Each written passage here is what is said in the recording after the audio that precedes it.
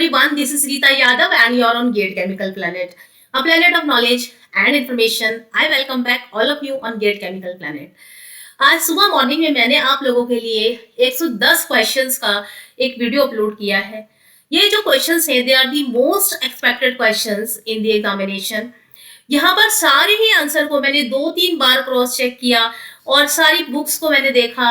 उसके बाद मैंने यहाँ पे सारे जितनी भी कॉम्पिटिटिव एग्जाम्स हुए हैं अभी तक उनको मैंने देख के ही आप लोगों के लिए ये जो क्वेश्चंस हैं ये बनाए हैं। आप लोग इन क्वेश्चंस के आंसर को वहां से डायरेक्टली दे सकते हैं। आप कमेंट बॉक्स में कमेंट करके आंसर जरूर पूछिए यदि आपको कोई डाउट होता है। I will try my best to give the answer of all the questions, ठीक है। और अब मैं आप लोगों के साथ जो शेयर करने जा रही हूँ वो बहुत ही इंपॉर्टेंट नोट्स है बेसिक केमिस्ट्री, जो कि आप क्लास 11-12 में पढ़ते हैं, उससे रिलेटेड नोट्स। कई स्टूडेंट्स ने कमेंट किया था और उन्होंने कुछ नोट्स जो है वो मांगे थे बेसिक केमिस्ट्री से रिलेटेड, तो उन नोट्स को मैं यहाँ पर आप लोगों के साथ शेयर कर रही हूँ। ये जो नोट्स हैं इनको आप पढ़ सकते हैं। इनसे आप directly molarity, molality, mass percent, mole percent, ये सारी चीजें जो है ये बेसिक केमिस्ट्री के अंडर में MRPL, HPCL, IOCL और जितने भी आपके एग्जाम्स होते हैं, हर्ल का एग्जाम हुआ था या अभी NFL का एग्जाम होने वाला है, क्रिपो का एग्जाम आपका होने वाला है, उसमें बेसिक केमिस्ट्री और फिजिक्स से रिलेटेड इंपॉर्टेंट क्वेश्चंस जरूर पूछे जाते हैं। तो यहाँ पर हम उन्हीं क्वेश्चंस को डिस्कस करने वाले हैं। यदि अभी तक आप लोगों ने गेट केमिकल प्लैनेट को सब्सक्राइब नहीं किया है तो चैनल को सब्सक्राइब करें, वीडियो को शेयर और लाइक जरूर करें। मेरे वीडियो में कम से कम इस बार 500 लाइक्स आप लोगों को देने चाहिए, ठीक है। Thank you so much. अभी हम डिस्कस करते हैं सॉल्यूशन को। Solution is a homogeneous mixture of two or more substances in which individual components will lose their identity and cannot be separated in pure form by simple methods like filtration and sedimentation. तो जो लोग हिंदी में समझना चाहते हैं, क्योंकि मेरे जितने भी डिप्लोमा के कैंडिडेट्स हैं वो लोग कहते हैं कि मैम हिंदी में जरूर बताइएगा, तो यहाँ पर मैं बता देती हूँ कि जो सॉल्यूशन होता है वो एक होमोजीनियस मिक्सचर होता है दो या दो से ज़्यादा सब्सटेंसेस का, जिसमें कि जो इंडिविजुअल कंपोनेंट होता है वो अपनी आइडेंटिटी को लूज करता है और it can not be separated into the pure form by the simple method like filtration and sedimentation etcetera. जो आपका होमोजीनियस सोल्यूशन होता है उसको हम जो बेसिक फिल्ट्रेशन मेथड्स होते हैं, सिंपल फिल्ट्रेशन मेथड्स होते हैं, फॉर एग्जांपल जैसे कि सेडिमेंटेशन है या फिल्ट्रेशन है, उनसे सेपरेट आउट नहीं कर सकते, क्योंकि जो पार्टिकल का साइज होता है होमोजेनियस मिक्सचर में वो बहुत कम रहता है, बहुत नेग्लिजिबल। उसकी जो पार्टिकल साइज होता है वो नेग्लिजिबल रहता है, कम रहता है, जिनको आप नेकेड आइज से नहीं देख सकते, ठीक है। जो homogeneous means composition and properties are uniform through the mixture. तो होमोजीनियस का अगर हम मतलब समझे तो होमोजीनियस वो मिक्सचर होता है, वो सॉल्यूशन होता है जिसमें जो कॉम्पोजिशन होता है कॉन्स्टिट्यूएंट्स का और जो प्रॉपर्टीज होती हैं उन कॉन्स्टिट्यूएंट पार्टिकल्स की वो बहुत ही यूनिफॉर्म रहती है, एक जैसी रहती है, मिक्सचर पूरे मिक्सचर में एक जैसी रहती है।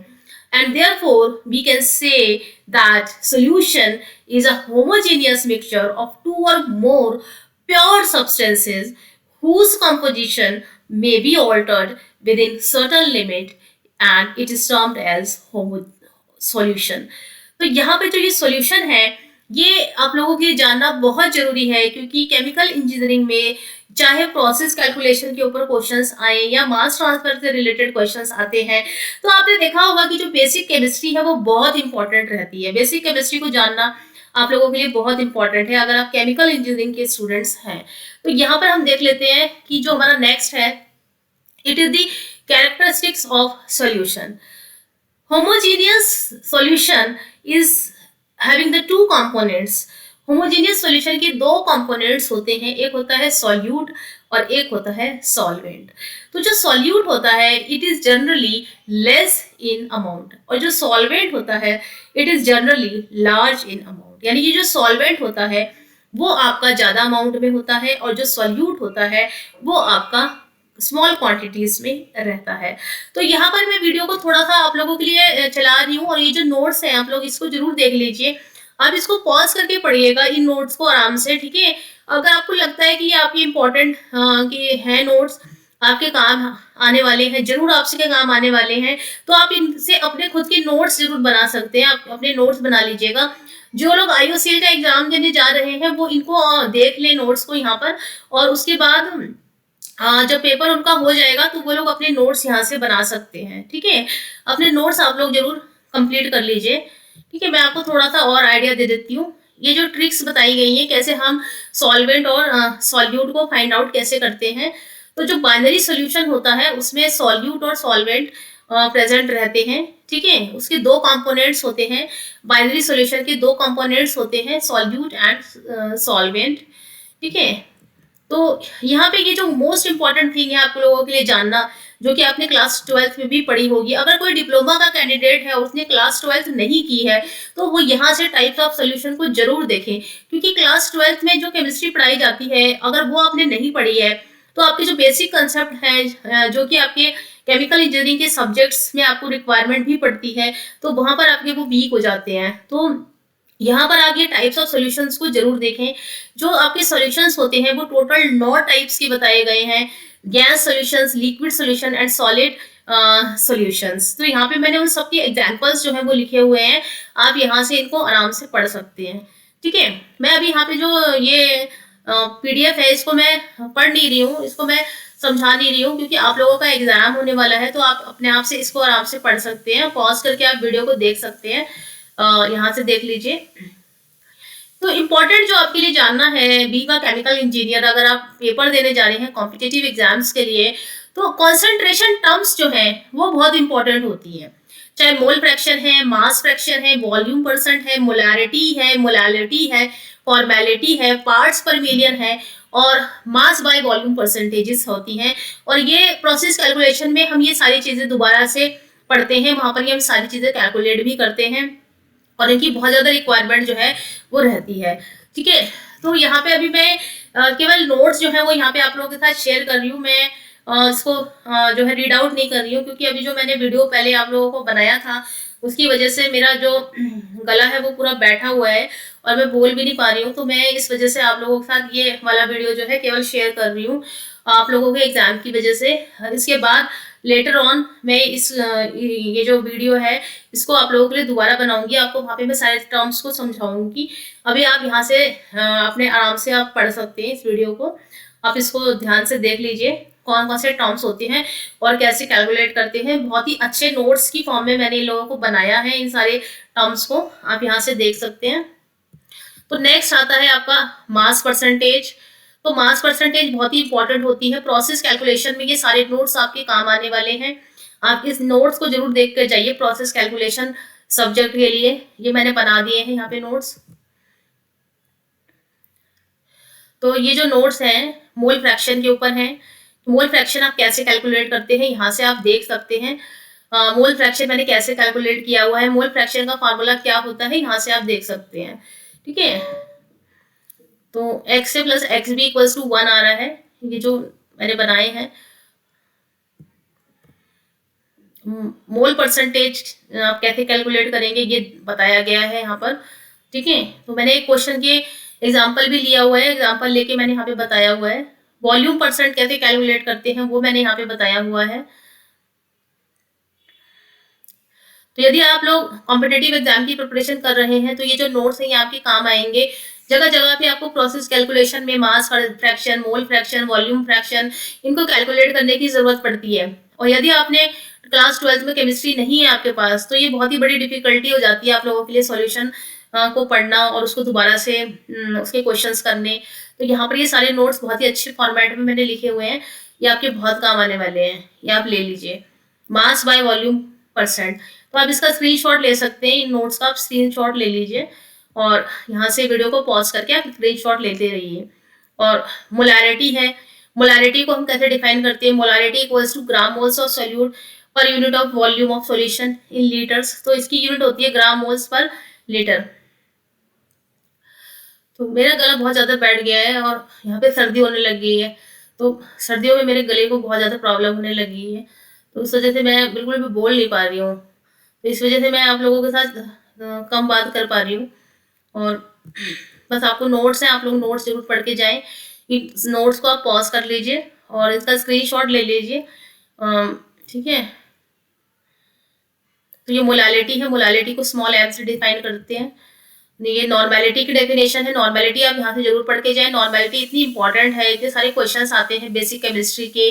ठीक है, HBCL के पेपर में आए थे क्वेश्चन, MRPL के पेपर में आए, IUCL है, और जो आपका NFL का पेपर होने वाला है, या भी जो आप लोगों का एक और क्रिप्को का एग्जाम होने वाला है, उसमें ये सारे नोट्स जो है ये इतने इंपॉर्टेंट हो जाते हैं कि ये अगर आप लोगों ने एक बार भी केमिस्ट्री को सही से नहीं पढ़ा है तो नॉर्मेलिटी, मोलालिटी, इक्विवेलेंट वेट, ये कैलकुलेट करने में आपको प्रॉब्लम आ जाती है। तो आप यहाँ से अपने बेसिक कंसेप्ट को एक बार ब्रश अप कर सकते हैं।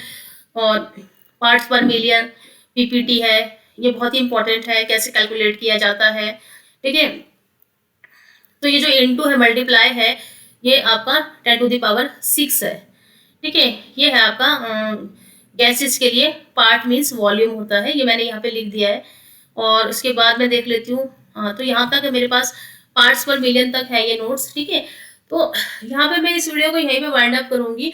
Today I am not feeling well actually, क्योंकि अभी आप लोगों के काफ़ी सीरीज बनाने के बाद मतलब काफ़ी टायर्डनेस मुझे हो रही है, तो 1-2 दिन का रेस्ट लेके फिर आप लोगों के लिए नेक्स्ट प्लान करते हैं। जो आपके नेक्स्ट एग्जाम होने वाले हैं उसके लिए हम definitely I will work for you. ठीक है, और जितना भी हो सकेगा, और and all the best all of you for your IUCL examination जो कि आपका कल है। सभी लोग अच्छे से पेपर दें, और क्वेश्चन को आप लोग बहुत ध्यान से पढ़िएगा। बहुत ही ध्यान से आप लोगों को क्वेश्चन पढ़ने की ज़रूरत होती है। जब आप क्वेश्चन पेपर देखते हैं तो थोड़ा सा आप लोगों को हो सकता है कि नर्वसनेस हो सकती है, तो वो नर्वसनेस ना हो। आप लोग उसके लिए बहुत ही अच्छे से अपना जो क्वेश्चन पेपर है उसको ध्यान से पढ़िए, क्वेश्चन में क्या पूछा गया है।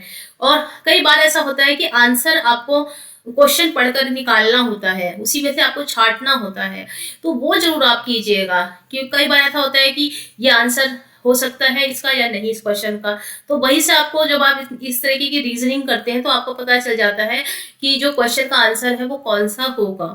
तो इस तरीके की रीजनिंग पॉइंट ऑफ व्यू से आप पेपर को अटेम्प्ट कीजिएगा।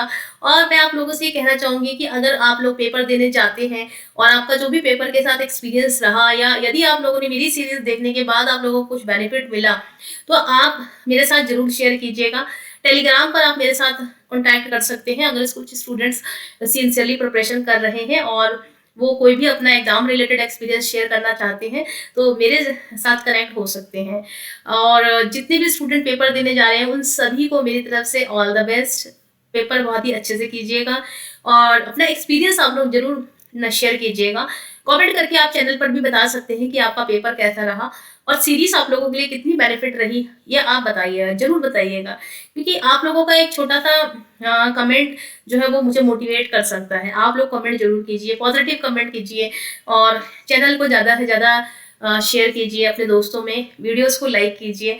और जितने भी स्टूडेंट्स मेरे जूनियर हैं और जो मेरे जितने भी स्टूडेंट्स हैं मेरे इस चैनल पर मेरे साथ बने हुए हैं, मैकेनिकल इंजीनियरिंग के स्टूडेंट जो हैं, उनको भी मेरी तरफ से ऑल द बेस्ट। और उन्होंने भी मेरे वीडियोस देखे हैं, और पंप से रिलेटेड उन्होंने वीडियोस देखे हैं, तो और बेसिक केमिस्ट्री से रिलेटेड वीडियोस भी उन्होंने वॉच किए हैं। मुझे पता है आप लोगों ने जिस तरह से मुझे अच्छा रिस्पॉन्स दिया, तो मैं बस यही कहना चाहूँगी कि all the best for your examination, and paper अच्छे से कीजिएगा। Don't be hesitate, don't be nervous at the time of the examination, and all the best. Have a nice day. Thank you.